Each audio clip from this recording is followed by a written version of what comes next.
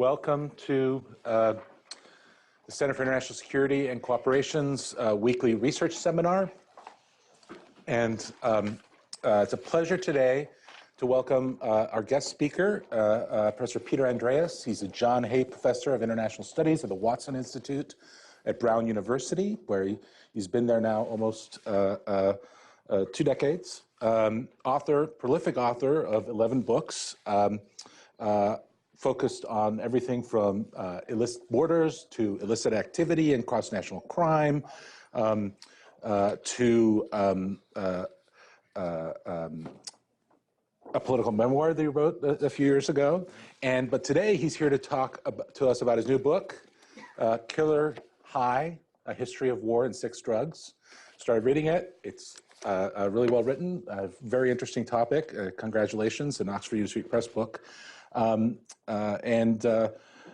Without much further ado, Peter, why don't we just turn it over to you? All right. Harold, thanks for that generous introduction. It's great to be back here. Thanks for the invite. As Harold mentioned, this is kind of a book launch talk. A new book just came out, very exciting. It doesn't happen that often. So we like to celebrate by going public with it when it's ready for showing. I hope it's ready for showing, you tell me. The title of the book is Killer High, A History of War and Sex Drugs. The more academic title for places like Stanford is this, Drugs and War, What is the Relationship? Basically, that's the big question that the book tackles. And so a little background, how did I get hooked on this topic? Pun intended. In some ways, I've been writing this book in the back of my mind for decades. I did a co-authored book in the mid-90s called Drug War Politics. Then my dissertation book, Border Games, had drug issues. Blue Helmets and Black Markets, about smuggling and the siege of Sarajevo. They were, it turned out that cigarettes were crucial as a source of trade across the front lines and as a currency, actually. Smuggler Nation, a history of the U.S. through the lens of smuggling. I think I gave a talk here about that years ago. The origins of our country, and I'll actually make a few comments about that later, very much implicated with trade and the revolution. So what I do in the book, and I'll do in a short version here in the talk, is systematically, even if somewhat briefly and superficially, unpack the drugs-war relationship across time, across place, and across psychoactive substance. So, and then here's the cover of the new book. I'm actually pretty fond of how the cover turned out. Hard to get a good cover. Apologies to Scott Sagan, who's not a fan of the title, Killer High. But I should say that the press chose the title, but I chose the subtitle, which is really what the book is about. In fact, the subtitle was the original book title, History of War and Sex Drugs. So that's really what I'm going to walk you through today. So first of all, why even go here? Why come to this talk and hear me talk about this issue? So what, right? Why would we be interested in unpacking the drugs-war relationship? Well, I hope you'll be convinced by the end that it helps us answer all sorts of questions about war that we can't otherwise answer without bringing in drugs, and vice versa, all kinds of questions about drugs that we can't really answer without bringing in war. And so by bringing these two things together, it's not that I'm supplanting or opposing other explanations, but supplementing and expanding something that's too often overlooked, which I'll get into in a second. I mean, I'll throw out some provocative examples of the kind of questions that I think we can answer by looking at the drugs-war relationship that we otherwise can't. I mean, for example, how did the Japanese finance their occupation of China in World War II, the late 30s, early 40s? It can't be explained without the heroin trade. How do we explain how Londoners endured the Battle of Britain? How do we explain morale of Londoners without understanding the cause? Something that international relations calls it. Similarly about drugs, as I'll explain in a second, we can't even understand why cocaine is prohibited and criminalized today. without bringing in World War II. We can't understand why the United States became a whiskey drinking country rather than rum if we don't bring in the American Revolution. So I like to suggest this as a distinct lens for looking at both the history of war and the history of drugs. And you folks are kind of a policy-oriented place here. I'm very sympathetic to that. A big motivation for this book from the get-go was to counter what I've seen as kind of historical amnesia, a narrowness of the current policy debate, not only in Washington, but in the UN and elsewhere, that basically when you think about the drugs war relationship, the first thing they think of are narco-terrorists, narco-insurgents, narco-guerrillas, narco-states, stateless actors, and it treats it as a contemporary phenomenon, primarily a post-Cold War phenomena. And as I hope you'll be convinced at the end, this goes back not just years, but decades, and in fact, perfectly legal drugs have been as important, if not more important, and that great powers have actually been the biggest beneficiaries, not stateless actors. So research gaps, it's hard to point, frankly, to many security scholars or war historians who pay much attention to drugs, to be perfectly honest. And in the drugs literature, which is significantly smaller than the war literature, war comes into play here and there, but it tends not to be the primary focus. We have a lot of pieces, so there'll be sort of a literature on the opium wars, right? But then that's it. A literature on counterinsurgency and narcotics in Afghanistan, but that's it. Or a lot on Colombia, right? But this big picture story across place, across time, across substance is largely missing. There's also an overwhelming tendency, both in the policy and the scholarly world, to privilege illicit drugs, criminalized drugs, rather than the traditional drugs of choice, tobacco, nicotine, caffeine in particular. Also, stateless actors are privileged in this debate, and I hope you'll be convinced that it's really big states have been the big winners of this drugs war relationship. So too little attention to legal drugs, longer history, key role of the state. All right. So what do I do in this book? I historicize the drugs war relationship and place a wide range of drugs front and center in the analysis. And I argue that really, contrary to conventional wisdom, the conventional wisdom is that the drugs war relationship is about state weakening. It's a challenge to the state, a threat to the state. On balance, I mean, there's plenty of examples of that, which we can go through, and there are plenty of examples of that in the book. But on balance, I would say it's more about state building than state weakening, state destruction. In fact, the first narco states, to put it particularly provocatively, are not places like Afghanistan. The first narco state was arguably Great Britain. Even a narco empire, to be perfectly honest, if you consider the importance of the tea trade and the opium trade and the importance of alcohol and tobacco taxes in building up Britain as the world's leading maritime power. So what I do in the book is I systematically trace the multiple dimensions of the drugs war relationship to show that, in a sense, to paraphrase Chile, drugs made war and war made drugs. And a big task that I really didn't have the answer to going into the book until I really dug into the research is, well, it's not just drugs generically, it's particular drugs. Some are more important and play different roles than others. So a big part of the research was just the task of identifying, well, which drugs in particular have been most important and why and how has this varied across time and place. So it turns out, although it gave me the subtitle of the book, History of War and Six Drugs, it turns out that 6 drugs have played a particularly prominent role in the drugs war relationship historically. We start with alcohol, the oldest mass consumption drug goes back to antiquity, first beer and wine, but then the distilling revolution.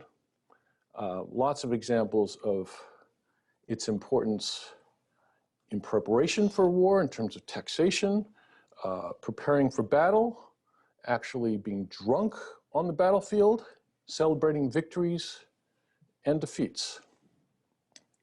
Nicotine, tobacco arrived much later than alcohol on the battlefield, but once it did, it became equally important without some of the debilitating effects of alcohol. It might kill the soldier eventually, health concerns, but not immediately, and all kinds of upsides like relieving boredom and anxiety, ideal war drug in some respects, frankly. Caffeine, a mild stimulant. I'm addicted to the stuff. My drug of choice. Can't function, can't be up here right now without it. I'm talking about coffee, tea, caffeinated soft drinks of various sorts. Some of them today are hyper-caffeinated, especially in the military. It's, you know, one of the most benign drugs, but it's certainly not had a benign relationship to war. Opium, it's not hard to convince people that opium has a connection to war because we hear about it all the time. And then the opium wars, even though people don't necessarily know all the details, they've heard of the opium wars. And so by definition, they see a relationship between war and drugs there. And that's obviously the chapter on opium indeed starts with opium, the opium wars, but then goes on to discuss the derivatives, morphine and heroin, into the 20th century and the process of criminalizing opium and its derivatives and how that changed the relationship between that drug and warfare in the 20th century. There's amphetamines, otherwise known as speed. Sun Tzu said speed is the essence of war. He did not mean amphetamines, obviously, but he would have been impressed. He would have been very impressed at how much amphetamines literally can speed up warfare if you think about the stamina energizing effect, decrease need for sleep, food, and so on of soldiers in the battlefield. Especially, and I'll go into it in a few minutes, especially took off in World War II and beyond. And then coca and cocaine. This is more of a contemporary story. I go back to the history of coca and cocaine, but much of that chapter is more the contemporary era of the war against drugs, a story that we're more familiar with. Now, these are the top 6, which also then begs the question of like, okay, what did you leave out and why? And what's most striking, and I went into this agnostic about which drugs to choose, cannabis sticks out as a drug that you'd think it has to be in there. After all, it's the world's most popular illicit drug, even though it's actually not illicit in this state anymore. But it turns out it's just comparatively much less important. I mean, sure, Napoleon's troops introduced hashish to Paris, and lots of GIs smoked weed in Vietnam. But in the overall historical scheme of things, in comparison to these other drugs, it just doesn't rise to the same stature. So I suppose if there was a 7th chapter, I could include it, but it wouldn't be quite as striking. LSD, psychedelics. Maybe it's self-evident why psychedelics wouldn't be particularly useful on the battlefield. Also, states have never been big pushers of it in terms of taxing it, you know, like they have for tobacco and alcohol and so on. So its utility as a war drug has been somewhat limited, though a fellow at the Watts Institute where I met, Stephen Kinzer, just wrote a book about CIA's experiments with, you know, MK Ultra and LSD in the Cold War era, sort of mind control and brainwashing. And then khat, you know, we hear about khat, you know, Somali pirates hooked on khat, and Horn of Africa, it's a hugely popular drug, but this is regionally concentrated and restricted so far, frankly. It might change, but so far that's a very localized regional story, whereas these other drugs that I talk about in the book are truly global, high profit commodities. So that's why they make the cut. So, okay, let's unpack a little more systematically what I mean by the drugs war relationship. Well, first of all, there's war while on drugs. Some of my comments so far have alluded to this. Literally, the use of drugs in wartime. It's not just in the battlefield or in the trenches, but actually on the home front during wartime as well. So there's a civilian dimension to this during conflict. But unpacking this further, there's war through drugs, which is fundamentally different than war while on drugs, but they're both part of the drugs-war relationship. Most important was use of drugs to finance war. And when you mention that to people, the first thing they think of is the FARC in Colombia or the Taliban in Afghanistan. But frankly, no guerrilla force was more dependent on drug revenue than, say, George Washington's Continental Army. What I mean by that is tobacco. I mean, they were able to get a loan, a war loan from France based on tobacco. This was the ultimate conflict commodity, and it was a potent drug. Nicotine is one of the most potent drugs known. It happens to be legal, but that's no reason to sideline it from the argument. Then there's war for drugs. So again, quite different from the first two categories, though they can overlap with war through drugs. War to control drug markets, and the first historical example that comes to mind, of course, are the opium wars, but it goes all the way to the present. Non-state actors, often militarily trained, ex-military combatants, say in Mexico, battling it out for control of drug markets, leading to casualties in our neighboring country that exceed most civil wars.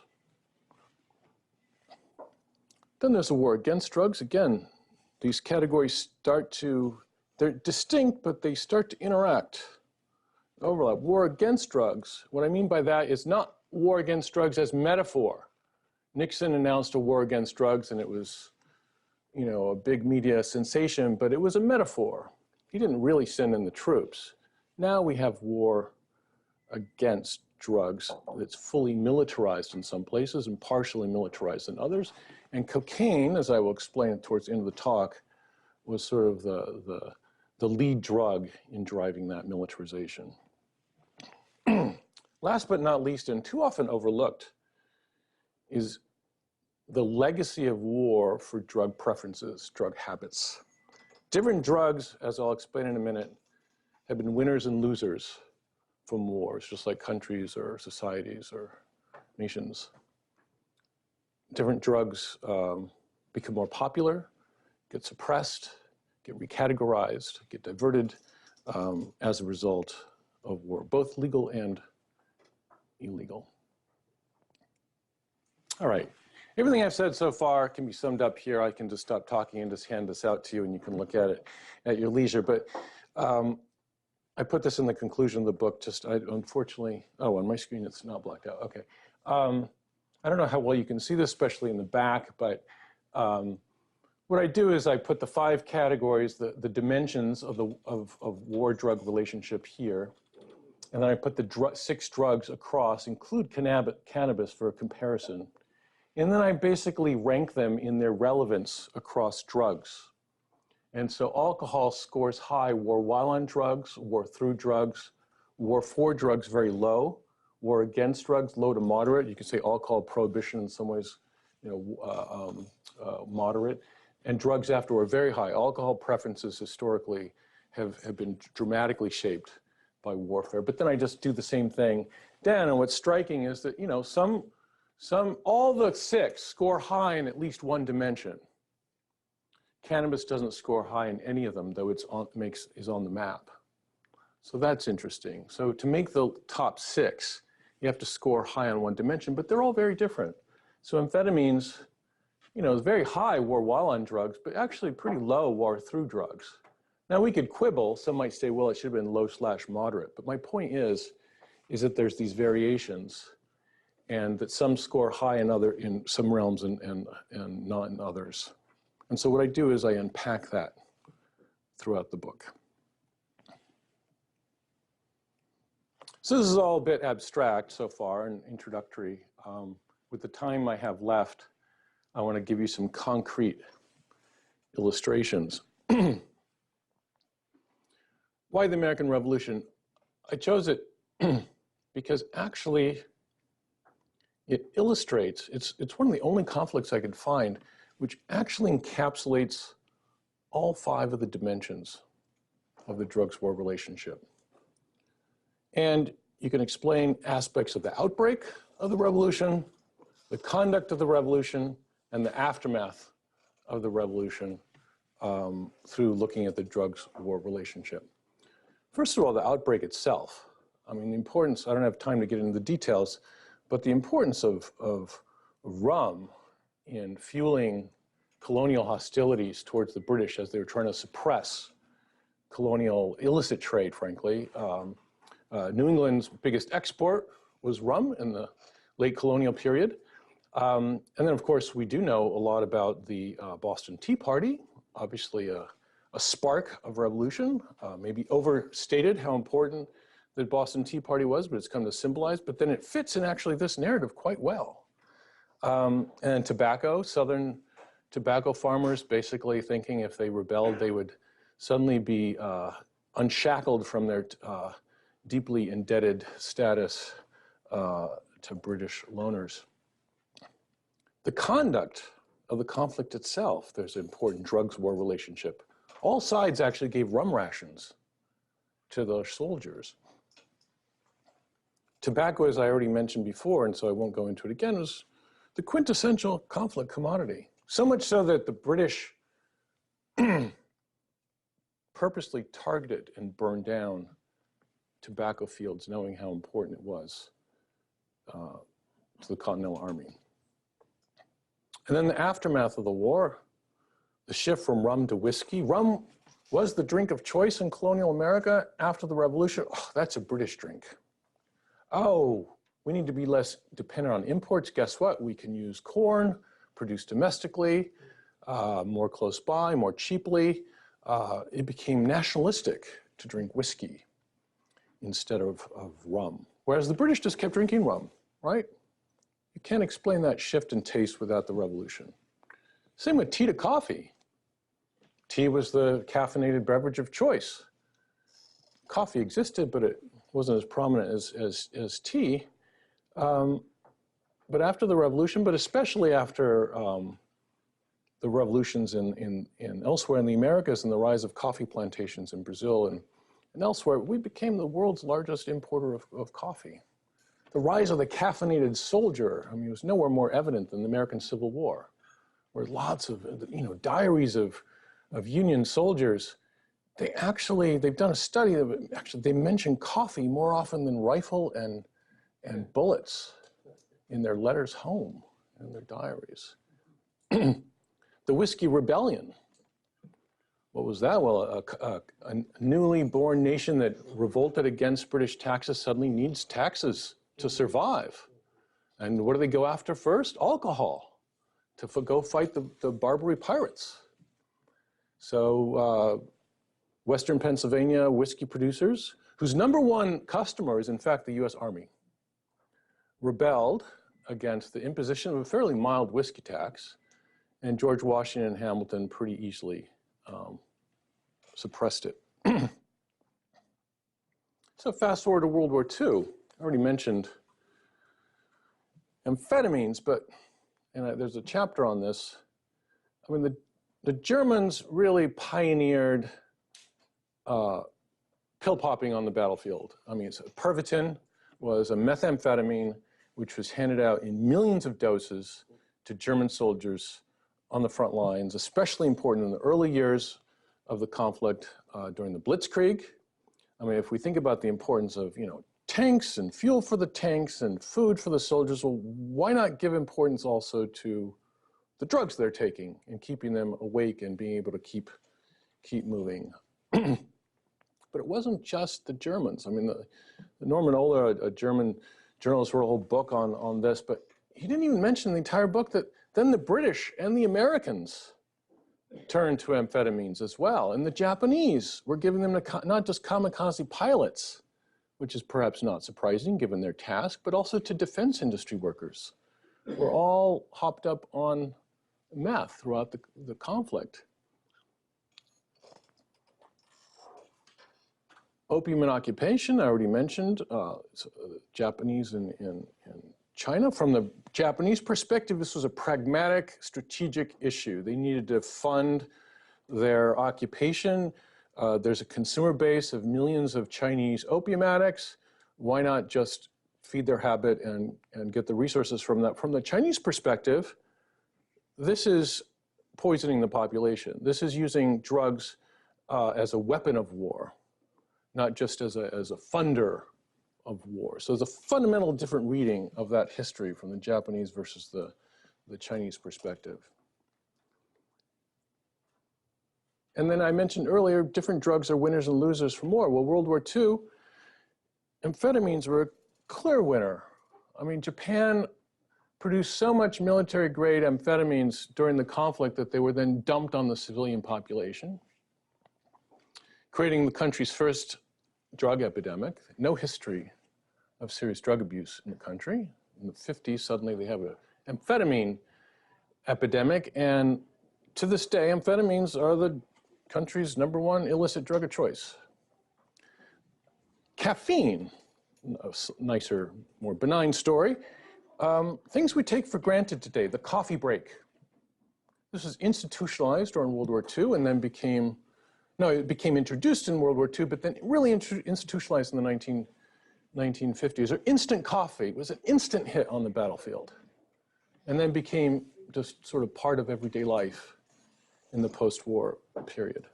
Tobacco, particularly American tobacco manufacturers, huge winners of World War II. And then back to caffeine. I mean, there's a section I have about this in the caffeine chapter. No company benefited more from World War II than Coca-Cola. And basically, they had special privileged access to US bases all over the world during the war, bottling the stuff there in place. So state basically promoted, produced, sponsored, funded. Then after the war, and all that, the infrastructure and contacts are all already set up to basically globalize Coca-Cola as the world's most dominant caffeinated soft drink. There's losers also. Legal cocaine. Very few people realize this. I certainly didn't realize it until I got into the historical literature.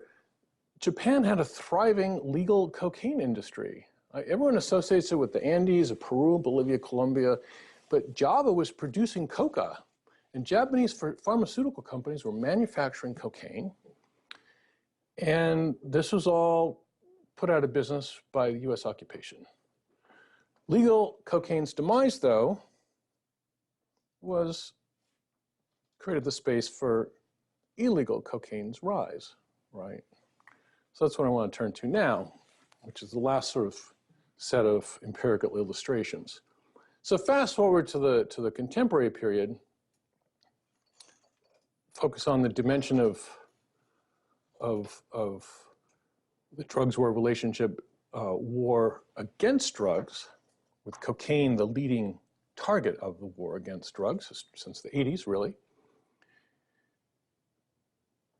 Again, most people think of this as a state weakening situation, right? States threatened by increasingly well-armed trafficking organizations, often with their own private armies who are militarily trained using military hardware and so on. In fact, in the case of Mexico, the Zetas were special forces, partly US trained to be an anti-drug force, and then they defected and became the most murderous drug trafficking organization Mexico has seen. But you can also look at it from a somewhat different perspective. I wonder if Charles Tilly was still alive, I wonder what he would think of an argument that sort of Ben Lessing at Chicago has also articulated to some extent. States make drug war and drug war makes states.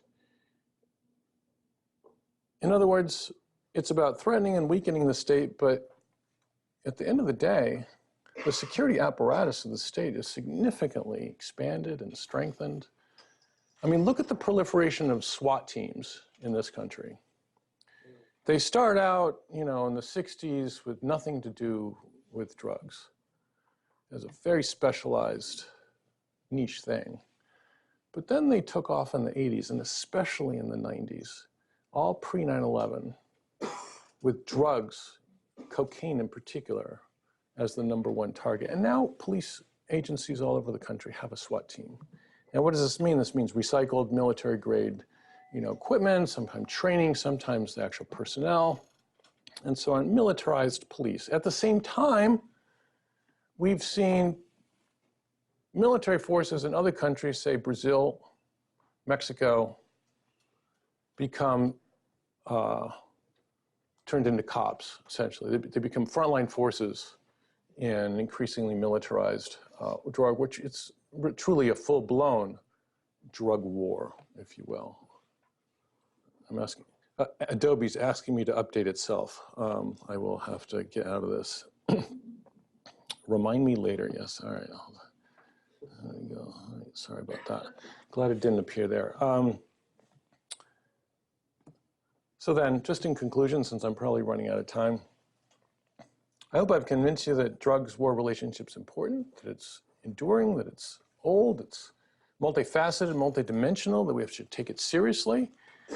At the same time, I don't want to fall in the trap of bringing drugs in, but then drugging the analysis. I'm not here to tell you that it's all about drugs, drugs, drugs. You've all been looking at the world the wrong way. No, this is a more humble, modest contribution. There actually are some more journalistic accounts, some sort of policy wonkish accounts that basically all they see is drugs when they see conflict. And actually, I'm pushing against that, to be honest. In fact, this is a corrective, if you will, to what I see as a kind of narrow alarmism and historical amnesia about the present-day drugs-war relationship. Where's this going? Oh, well, one thing I can assure you is the drug-war relationship is not disappearing anytime soon. We have more drugs than ever before. And war's not going out of business anytime soon. There's debates out there over, you know, how war is diminishing and certain kinds of war are diminishing more than others. But the relationship between drugs and war, I can assure you, will not disappear. And then the last provocative thought I'll leave you with, which I don't really get into in the book, you know, I unpack the dimensions of the relationship between war and drugs, but you can also in some ways think of as war itself as a drug. I mean, how many of you have seen The Hurt Locker? Right, yeah, I mean, he's an addict, right? He gets a rush, it's an adrenaline rush from going to war. Memoirs by war correspondents, Christopher Hedges from the New York Times, or, you know, where he actually literally says war is like a drug, he describes it. And there's military journals and diaries and also memoirs that describe war as a drug. So arguably, I'm going to say war itself might be the hardest habit to break. Thank you so much.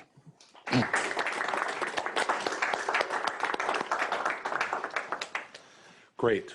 So I think we have a healthy amount of time for Q&A. And just to remind you of the rules, we usually let the CSAC fellows ask the first 4 or 5 questions. Please ask your best question. If you have a second or third question, we can take them later in the queue. Identify yourself and your affiliation. When you ask a question, I'll take a list, 1 finger to get on the list.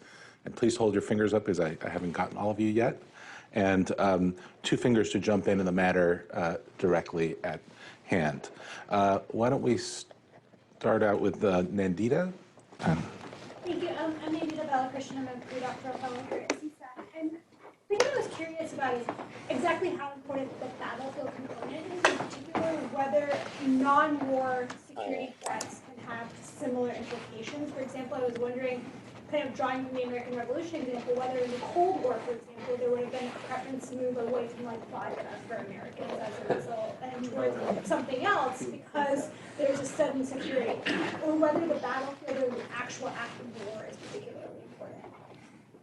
Okay, you want me to answer right away? Or? Yeah, we'll go one by one. Okay, great. All right, please interrupt me if I don't get the question quite right. I mean, the battlefield application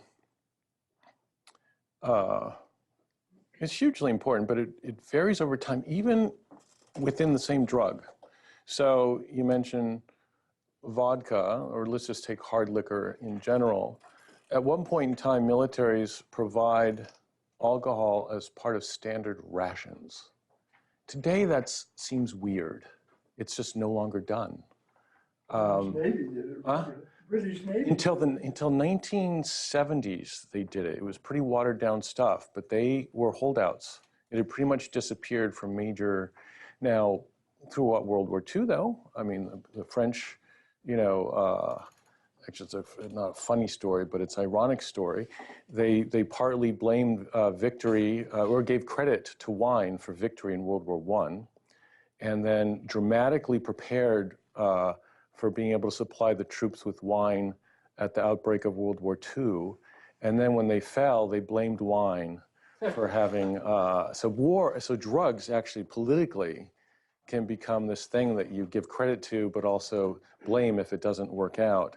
But it varies across place too. So the Russians are the ones who are the biggest holdouts, not the British with rum rations, which are pretty watered down by the 70s. It's the importance of vodka for the Russian military, and that's gone all the way through the wars in Chechnya. I would say, you know, interesting thing you could trace is as war has involved more complicated machinery, more expensive machinery requiring more coordination, sophistication, less just purely pulling a trigger or wielding a sword, that alcohol has been less and less encouraged on the battlefield. So, you know, yes, alcohol played a hugely important role in, say, thug warfare in Bosnia in the early 90s and in Rwanda genocide. But the kind of, you know, advanced militaries of major powers, alcohol is no longer tolerated, except off duty. I guess that, like, to clarify my question, it was more about, like, is it just the incident of conflict between two actors that drive some of these trends, or do you need an actual, like, to break out into war for some of these trends to change? And the reason I was asking about the Cold War is sort of that it never actually resulted in a battlefield, but could it have resulted in winners and losers in the same way? For the most part, the story I tell, there's actual blood on the ground. That the real changes that I trace over time is a result of actual conflicts, not just military tension, right? So does that answer your question? The Cold War, it's in most chapters because it needs to be, and there's lots of proxy wars during the Cold War. But the Cold War on its own is kind of this high alert, but little direct violence. Its relationship to drugs that's not part of the drugs war relationship, at least not prominently. Okay, so about 9 people on the list. Melissa, then Deepak, then Maria. Thank you so much. This is absolutely fascinating. I'm curious to see if you could talk a little bit more about kind of medical innovations and the role of drugs and medical innovations and the connection with battlefield, with kind of success on the battlefield. Just because I can imagine, like, the invention of antibiotics or the discovery of antibiotics, like, absolutely transformed war in the sense of, you know, fewer soldiers die, soldiers can get back and fight more frequently. And kind of along that same line, I'd be curious to hear whether or not you think cannabis is going to start influencing war, or at least the aftermath of war, more in the future because of all the medical uses of cannabis in terms of treating PTSD and treating, like, pain management and stuff like that. Great questions. First of all, the first question, I'm really glad you asked it because I should really clarify what kind of drugs I'm looking at. So it's psychoactive substances, not penicillin, not antibiotics in general, right? So that's its own thing. Now, many psychoactive substances, in fact, almost all that I'm looking at, have at one point in time had medical applications. But what really puts them on the list of a focused sort of chapter or history of war and sex drugs is that they're consumed well beyond their medicinal purposes. Hugely profitable for states, pharmaceutical companies in some cases, traffickers in other cases, globalized commodities produced and consumed on a mass scale. So the medicine story is not central to this story precisely because I'm not covering things like penicillin. If I did, it would be much more central. Probably the drug where your question is most relevant to the book would be morphine, which is a painkiller, one of the most amazing painkillers ever invented, right? So there's, the distinction between medicine and pleasure use, and then opiates all the way to the present, painkillers, right? GIs coming home, recovering from their wounds, addicted to painkillers, but then they get hooked and they can't get off. It's pleasure, painkilling, right? These fuzzy lines, right? Which leads to the second question is cannabis decriminalization, in some cases outright legalization, and its application for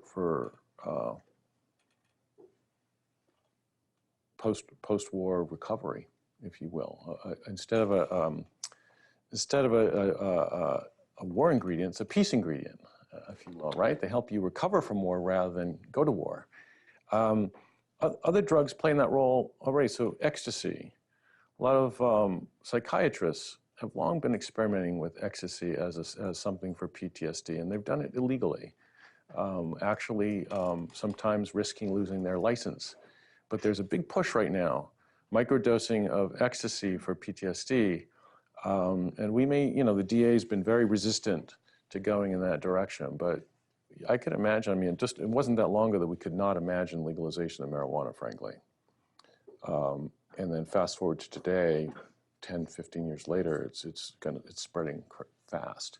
So I can imagine not just cannabis, but actually other drugs specifically for post-war recovery. Deepak? Right. Thank you so much. I'm a pre-doctoral fellow here at CSEC and a PhD candidate at Cornell. So I have, my first question is, quick second question, but okay. So the first question is, at what point does the utility of drugs during war, especially with regard to, say, methamphetamines, at what point does that decrease, given the fact that it was so useful during World War II? So is there, why the norm against it, or why the lack of use of it, or is it being used in more regulated ways now? And the second quick question is about the historical amnesia. I'm curious as to why that came about, and what are the factors at play for it to have come about? Right. You can choose to ignore the second question if you want to. Historical amnesia. Set a norm. No, that's okay. I'm not sure I got the first question right. So the utility of drugs, you're saying if they're useful, why move against them? Yeah, especially the methamphetamines, right? In fact, at the time, this was a relatively new drug, kind of thought it was a wonder drug, available legally over the counter, Benzedrine, Pervitin in Germany. You could even buy Pervitin chocolates, spiked with meth, basically sold to housewives. Here, have some meth chocolate. So the context of the time matters, but as the war dragged on, they became increasingly aware of the serious physical side effects. And Germans, although they kept using them throughout, they did not use them as much as they had at the very beginning of the conflict. Whereas the Allies actually started to increase their use. And it's fascinating because in the Cold War era, back to the Cold War question, the US stuck with it like no one else. So in Korea, and then in Vietnam, they not only the more prevalent than in World War II, but the doses were much more potent than they had been. And this was at a time when the country had turned away from amphetamines as a legal drug. In the 60s, they became more controlled substances. So the military was very slow to turn against it as well, and still uses it to a much more limited, controlled way. Historical, you don't want me to go there? Yeah, go there, but we'll never be able to enforce the norm otherwise. The norm is no two questions. We're trying to set it. We're trying to set it. I see, okay. I love that question, though. Basically, historical amnesia motivates a lot of my work. Basically, engage a contemporary policy debate and be struck by the lack of any kind of historical perspective. And if you bring in history, you tend to not see the sky as falling as much, or or hype a problem as much. You have to sort of take a deep breath, historical reality check. It's useful, but it's not just in this case. It's across a lot of. I mean, I worked in Washington for many years. It's everything's about the present. Everything, you know. So it's not just this issue area. So I have Maria, then Lindsay, then Julie, and Scott. So Maria. And the reason we ask people for just one question is otherwise we can't fit everybody in. So. Maria Grinberg, I'm a postdoc here. I'll stick to one question, and that is, I'm curious why sugar doesn't make the list. Ah, it's a great question. It's a sweet question. It's good, Scott. Good. I have to say, sugar could easily be brought in to another addition. The reason it's not there is because it's not widely agreed that it's a drug. I think it's a drug because I see the effect it has on my 2- and 3-year-olds. You know, it's like it's a drug. I mean, they're suddenly wound up. It's a psychoactive substance, right? And then they collapse. It kind of it's a rise and fall, and so they crave it, and so I'm sold that it's a drug. But maybe I just ran out of time or exhaustion, but I think it's not the conventional wisdom that sugar is a drug in the same way that these others are, but I think that one could in fact make the case that it is. And if I included it, I haven't done the research, but I know enough about the history of sugar to know that it would be as important as some of the leading drugs on this list. Shinru, you had a 2-finger? Yeah. So my name is Shinru, a postdoc here at CSAC. So related with, I think why the sugar is not in the list. I think my question is about, can you talk about the more abstract, at the more abstract level, about what qualities of the drugs that you think will make make them important for the war and drug relationship. From your talk, I can easily see there are 2 traits: their easiness to be passed on, and also their ability to facilitate like frontline soldiers, enhance the efficiency of the war. But I was just wondering, of all those kind of drugs, you think, like at the abstract level, what actually makes you think they're important, and why you included them into the list, so that we can watch out for future what kind of potential things will serve as a similar. Okay, tell me if I got the question wrong, but sort of what are the characteristics of these drugs that make them so important? So, you know, some things they have in common, though it varies. Highly concentrated, highly profitable, addictive, the variation in how addictive, taxable, portable, right? So they're commodities. So this is in some ways a history of commodities, right? Or it's a history of capitalism and war and more broadly. But commodities, you could also put it in conventional language of resources in war, right? But these they have special attributes that make them particularly exploitable for war purposes, whether it's funding war or coping with war or the aftermath of war, right? But it varies. So alcohol weighs a lot more than, say, cocaine, right? But still relatively concentrated and potent, especially hard liquor compared to, say, beer, right? Does that answer your question? Sort of. Welcome to follow up if you want. Lindsay? And then Julie. Hi. Well, no, Lindsay and then you. Sorry. We're still up to 5 of the fellows. Thanks for your presentation. It was an interesting take on humans using drugs, which has been around for, animals use drugs even. Like moose will walk around, and if they find a fermented apple, they keep going back to where they found it. So why do you think that there is a significant relationship between war and drugs versus like a relationship between like drugs and movements in general? You know, I've always heard about drugs being related to like anti-war movements, which makes me think that maybe drugs are just part of everything, not everything, but you know, they're like, yeah, just not human nature, because animals pursue drugs too. So why do you think this relationship between war and drugs is significant? Well, the relationship between war and anything is potentially significant, right? War, drugs in society, drugs in the economy, drugs in culture. Entire courses taught on these topics, right? Entire books written on these topics. So I'm not sort of supplanting those or saying that drugs-war relationship is more important. It's just that if I thought it was a useful exercise to basically systematically unpack the drugs-war relationship aimed at two audiences. One would be security scholars who pay a lot of attention to war. They seem to think war matters than most other things, or armed conflict in general, right? They privilege it over other issues. Say, well, maybe you want to pay attention to drugs. Maybe not a lot, but more than you have, right? So bring drugs into that conversation of security studies.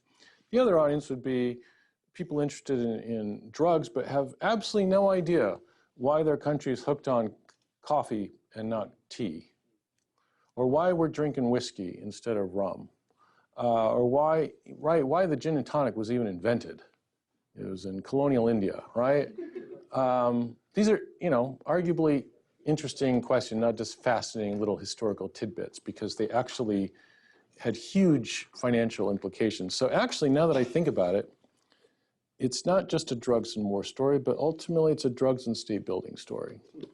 Because underlying the argument in the book is that the rise of great powers was substantially fueled by exploiting drugs. Yes. I'm Gilly Bali, and I'm a military historian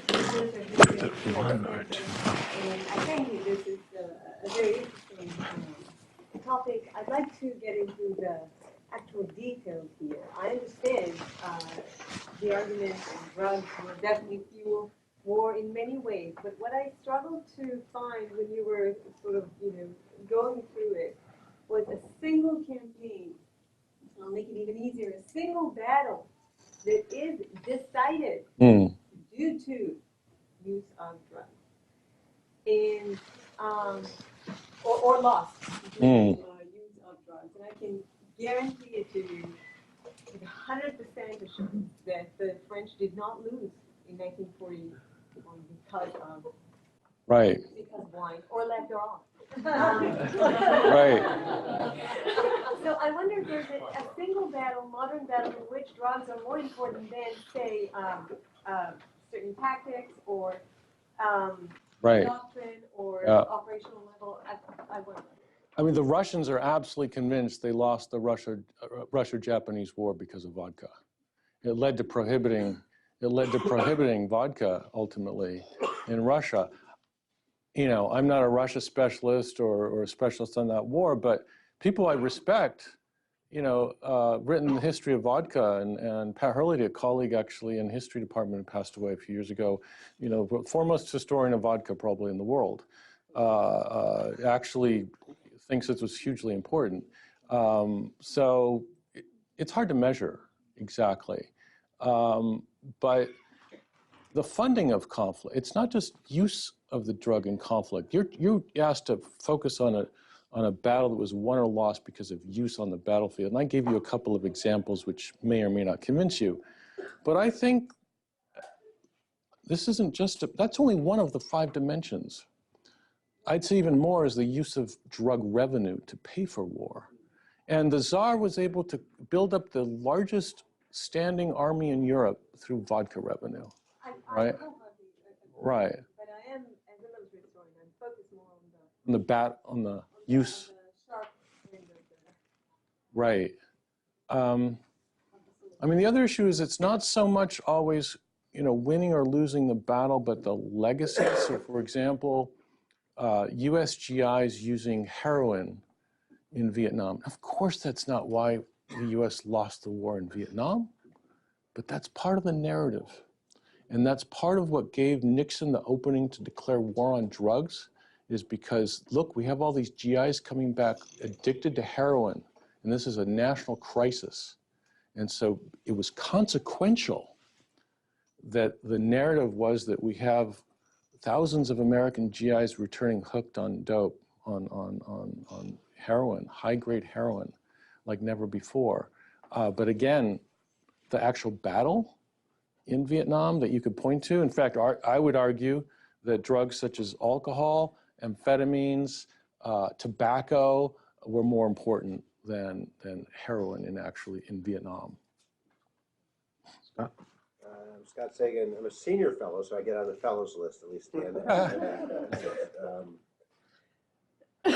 One answer to Geely's great question could have been the Battle of the Little Bighorn, because it's at least arguable that Custer might have won had Reno not been drinking heavily and had followed his orders and attacked the village rather than stop, form a skirmish line, and then call every man for himself and run up to the top of the hill and lost his entire command. So I know you know that story well, and if I heard it from you, it would have made it into the book. So my question, though, is this is about soldiers, GIs.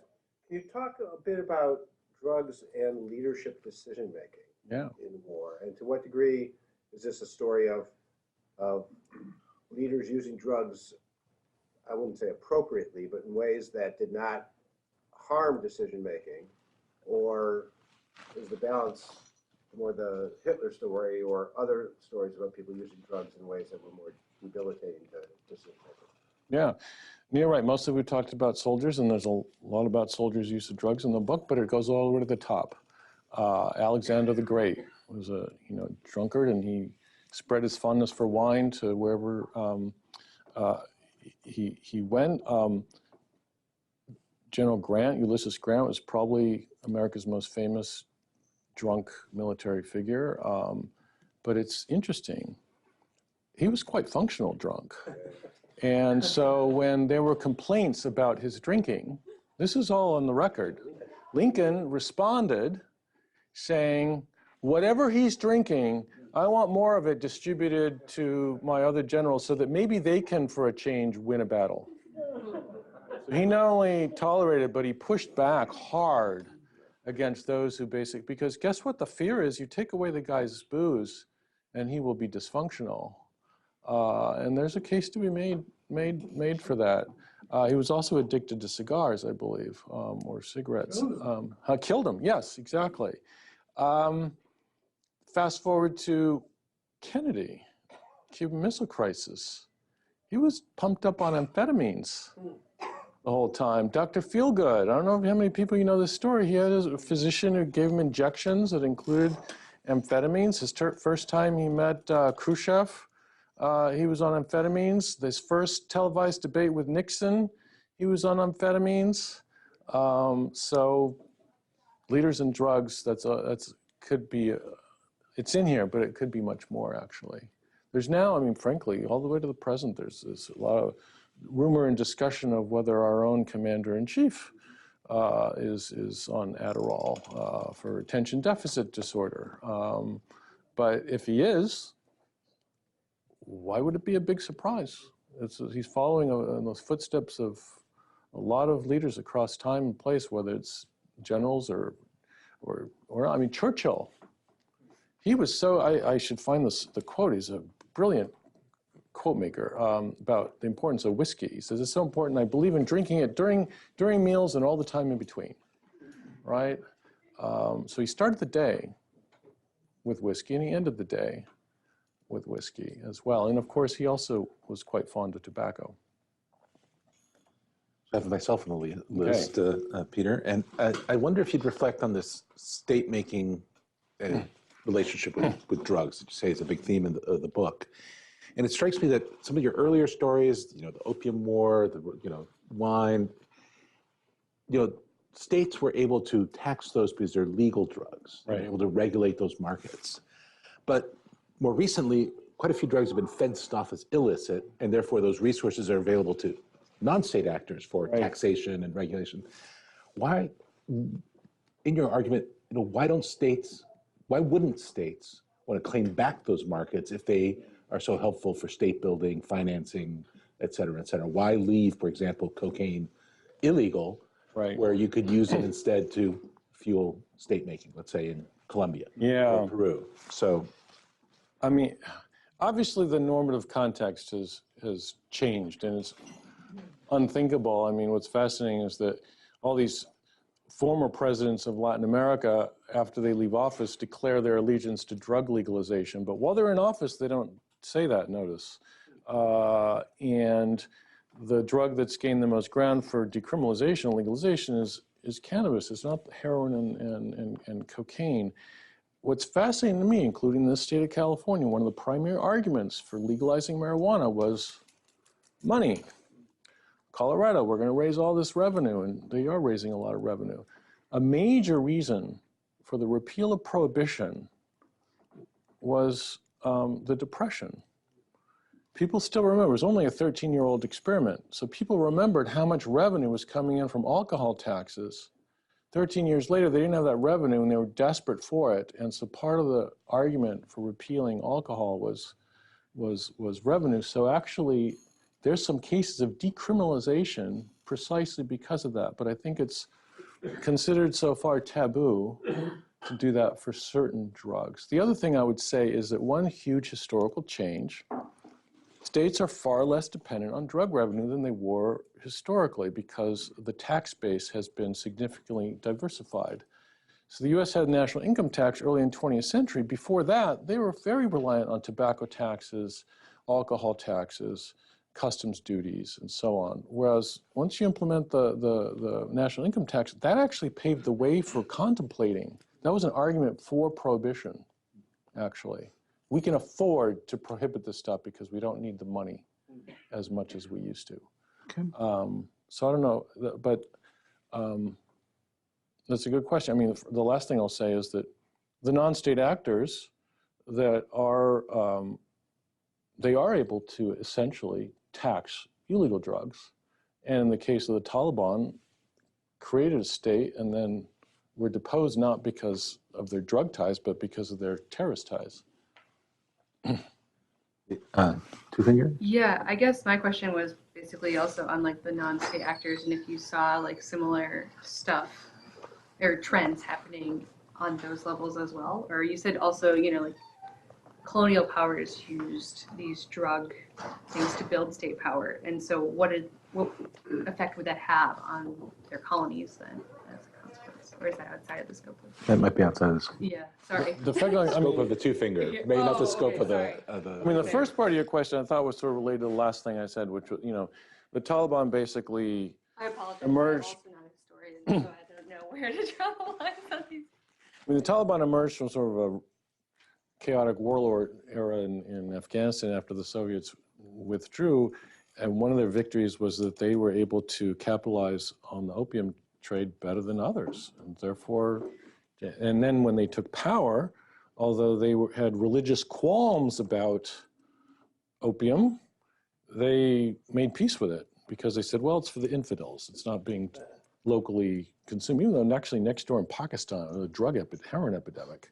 Iran as well. But basically, they were doing a classic strategy of generating revenue from whatever they could get it from, not just opium, but all sorts of resources, but also opium. Same thing has happened in parts of Southeast Asia as well. So, and arguably, these are state-making ventures in the contemporary era, but far less tolerated than state-making ventures in previous historical eras. So I have Colin, then Reed, then Julian, and then Tanya and Lynn. Thanks. I'm Colin Graham. I'm a postdoc here at CSAC and over at the Human Centered AI Institute at Stanford. My question, kind of related to Harold and the normative dimension you mentioned about drugs and why they're maybe not reclaiming the market. To put it another way, I haven't read your book, but is there not a risk that we're occluding the racial dimension of drugs and drug use in war and the prosecution of, say, the war on drugs, especially in the United States, but in other conflicts as well? There's an explicit racial dimension between, the pusher and the user, and then those who are punished. That I don't know how it plays out in the book, but I didn't hear anything in the talk, so I wonder how you deal with that, if at all. And just a quick second question: does your evidence not suggest that a ration of LSD could stop war? That a what? A ration of LSD for the troops could stop war. Yeah. Or cannabis. Oh, yeah. Or cannabis. Yeah. Stop fighting. Peace. Stop the fighting. Well, all joking aside, I mean, what's fascinating about the 60s is that marijuana was identified as an anti-war drug. I mean, that was its kind of push as it came up in the anti-war movement, and they went hand in hand. So not only didn't have a close relationship to war, but it had arguably a relationship with an anti-war movement. I mean, the racial dimension is hugely important, especially in the war against drugs. But in actually documenting sort of, how cocaine was targeted as a suppression effort at the source and in transit countries like Mexico and at the border and so on. This is, what I focus on is not mass incarceration in America, but the militarization of policing, if you will. But I mentioned, the proliferation of SWAT teams, and obviously there's a disproportionate focusing on minority communities, and especially in the so-called crack epidemic of the mid 80s and beyond. So, yeah. Reed. Thanks, Peter. Many of the folks I've come across or read about who are thinking about the future of warfare, future battlefields, including in a session that the fellows were in today, have described remote warfare, or at the extreme, autonomous robotic warfare, as potentially starkly different from the battlefield of today, because it would be a quote-unquote battlefield without fear. Right. Your book makes me think that, A, just maybe as a comment, you could draw these lessons for how that's not just a new phenomenon, and that for decades people have been trying to eliminate fear from the battlefield. But the question is are those links appropriate, or is what's happening in your story the attempt to remove fear? Sorry, in your war story, not your street building story. The attempt to remove fear or human aspects of war from So is your question about what relevance is the drug-war relationship in a sort of future war where robotics are, does that extend it too far to think that you have No, I mean, obviously, if you have autonomous, machines, they don't need drugs. But so far, anyway, you still have a human at the controls who's probably, drinking coffee or maybe taking amphetamines to stay awake all night in some bunker in Nevada or some trailer, while they're dealing with drones in Afghanistan. But you don't need the liquid courage that alcohol gave you at one point in history to run as fast as you can towards the enemy. So that, and fighter pilots, that's kind of antiquated too, right? The sort of, we're not having these kind of warfare anymore, even though that's sort of a macho job still to have, but it's no longer so prominent. And the other thing is pilots. Amphetamines have been hugely important historically for sort of long distance flights for pilots, but put it on autopilot and take a nap, right? So all these things decrease the importance. But I would think as long as there's a human element, that there'll be an enduring relationship in terms of drugs on the battlefield. The other thing is, what's fascinating is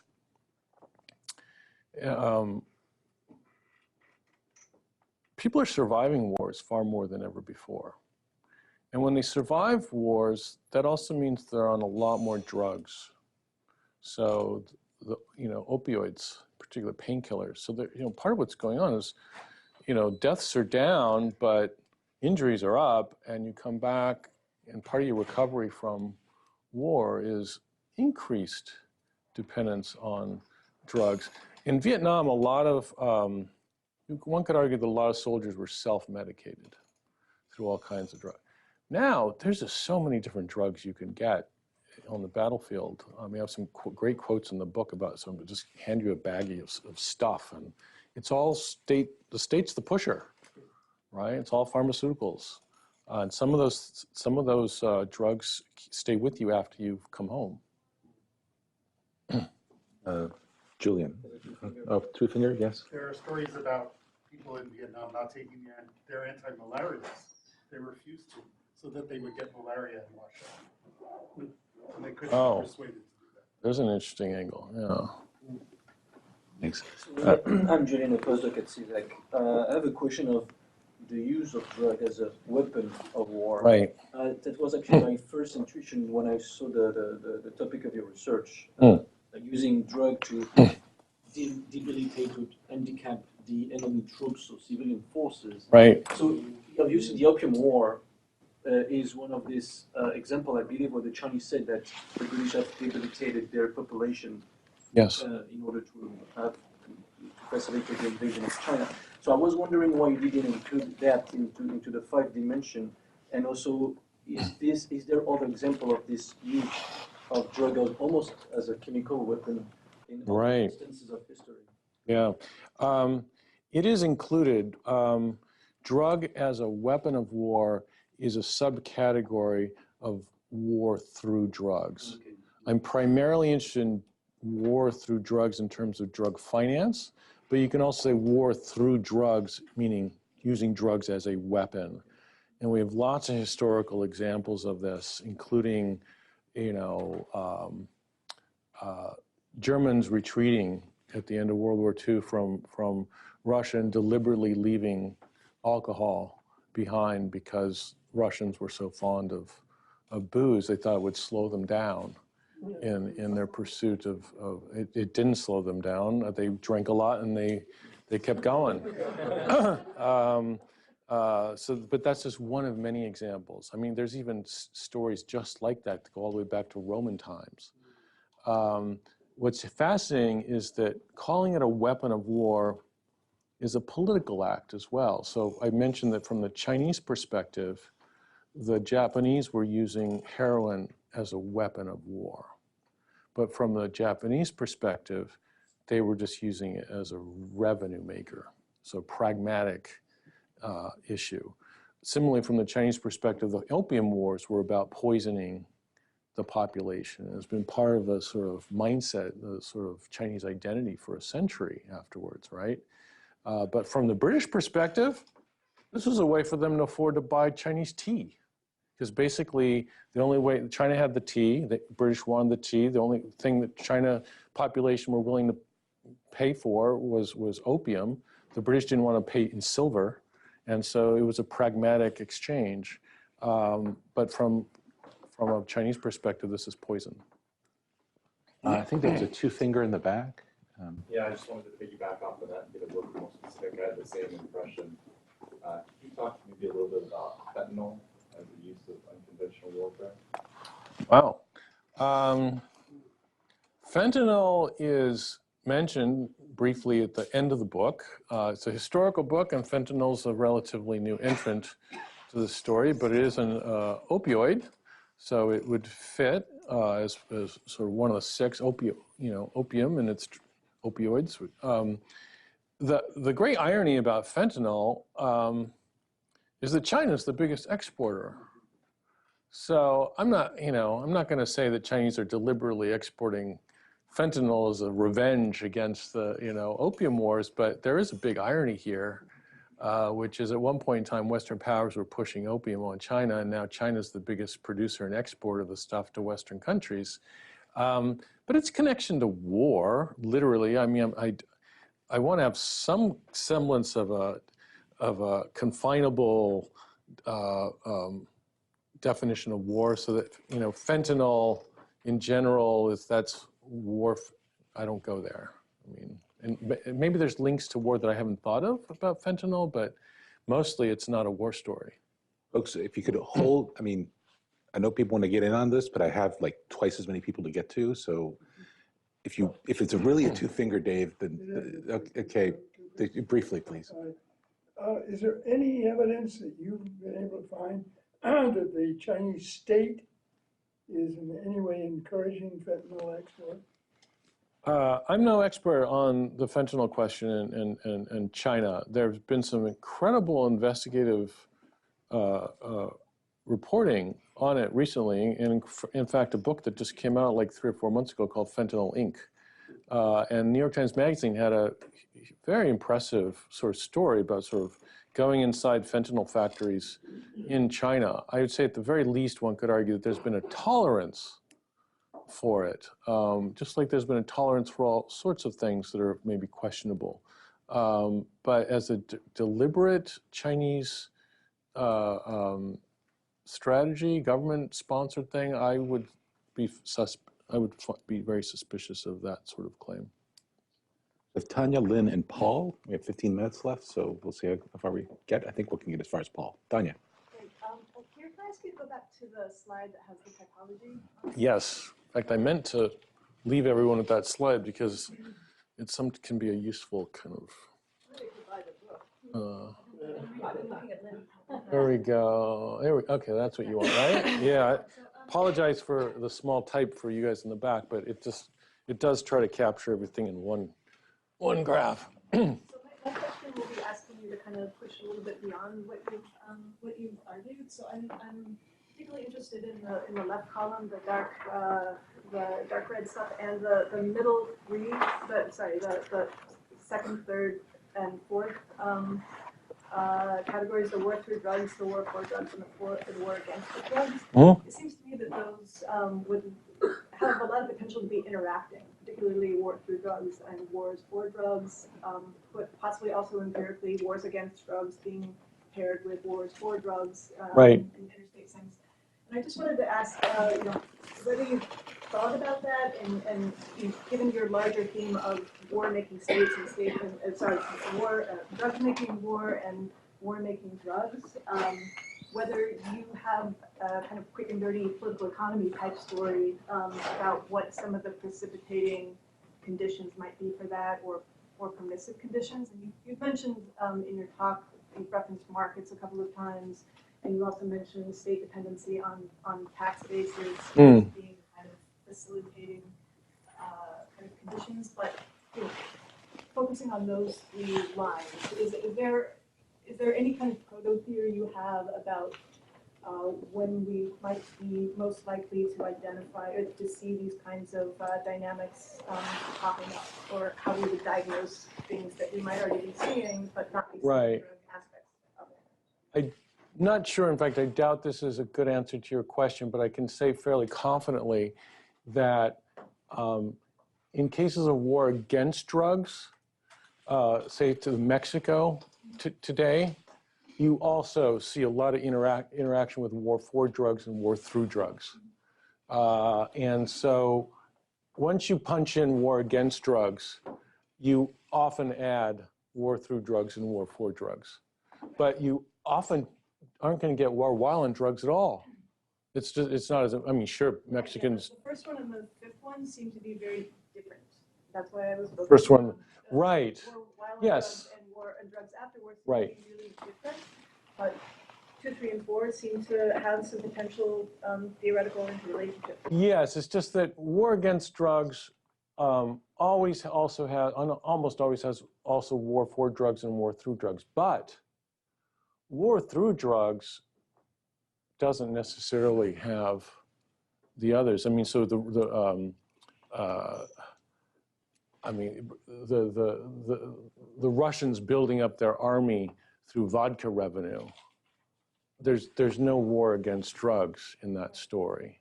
Actually, until the early 20th century when they try to ban it, but Right, but there might be around, say, poppy growing or something like that. So that's the kind of, I'm just wondering whether now you're looking for interaction across drugs.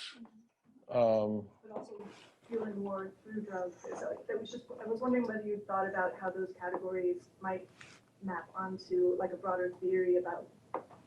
Maybe another way to frame it might be the middle three are more related to your state-making argument, while the top and bottom are more about individuals in society. Yes, except that states have often been pushers of drugs for their soldiers. That's an organizational story. To keep them. I'm just saying there's a levels of analysis thing here. Yeah. That might be interesting. I think I can comfortably say I haven't gone as far in that direction as you probably would like me to, and actually I would humbly suggest that this is an agenda for research, right? This is something that people can run with in terms of, more systematic measuring of these categories, for example. Coding. I don't do sort of any systematic coding in a way that would please many political scientists, for example. But I would welcome anybody who would say, Andreas, did a fuzzy job, and here's the more rigorous, and then show, for example, there's interactions in the cases that I show, but I don't actually systematically discuss in a more formalized way. That's why I said it was an unfair question. Yeah.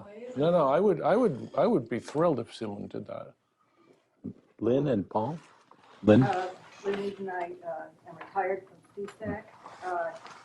This isn't a question, it's a comment and then a question. The comment is that it would be interesting to look at, say, diamonds and gold in relationship to, obviously, the resource part.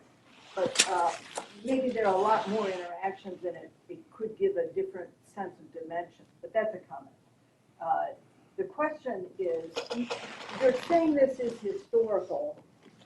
In some ways, it dips into the historical. I mean, and I haven't read it yet, so maybe it goes into. It's obviously has strong historical aspects. But what would happen? What would this look like if you say did it chronologically and look, say, from this is arbitrary, Louis XIV and state making, Napoleon, maybe down to post-World War II, something like that. Do you think it would look different as an analysis? I could have organized the book that way, but I organized it around the histories of particular drugs. But the fact is that Napoleon's there. No, I know. I'm just asking, just playing analytically, if it would look different, if you think different things might come out or be lost. I mean, it's just, I don't think so. I think it's basically an organizational issue. You could organize the whole thing by war, big war, you could organize it just purely chronologically, or geographically, right? Or you can organize it the way I did. The downside of organizing it the way I did, there's an upside, I would think, which is why I chose it this way, but the downside is there's some repetition, right? So you get to the Cold War in multiple chapters. You get to World War II in most of the chapters, right? You only go back to antiquity in the alcohol chapter because the other drugs aren't widely used or even available until much later in history. But it's, I may be missing your question, but I think the content is there. I just wondered if something different would fall out analytically, but no one in the room has done that. Right. So we don't know. I just wondered. Right. It would be a great book to write. Paul? Paul Edwards. I'm a CSAC fellow and the director of the Science, Technology, and Society program. So I'm just curious whether you thought about drugs and peacemaking. Right. And I'm thinking of the American Indian tradition of smoking the peace pipe end of hostilities, but also thinking about how I would talk with my friends in the 1980s about how these nuclear arms negotiations might go a lot better if they did them at the bottom of a missile silo and everyone was smoking weed, or even better on ecstasy, which exists then. But Yeah. is there something that you could say? No, I mean, it sounds funny and everyone's chuckling and whatnot, but there's a kernel of interesting seriousness to it. State of mind of people who, you know, reduces tensions and anxiety and hostility and so on. You know, this is one of the first sort of post-publication talks I've given on the book, but I did give a series of them pre-publication, and one very bright graduate student at McGill a year ago said, you know what, you need to now write a book about drugs and peace. And, you know, it was a great idea because, you know, and frankly, some of the reaction, now that I think about it, some of the reactions I've gotten from, let's say, people I know who are fonder of drugs than I am, were offended that I'm associating drugs so intensely and systematic with war, because it's just wrong, war and drugs, right?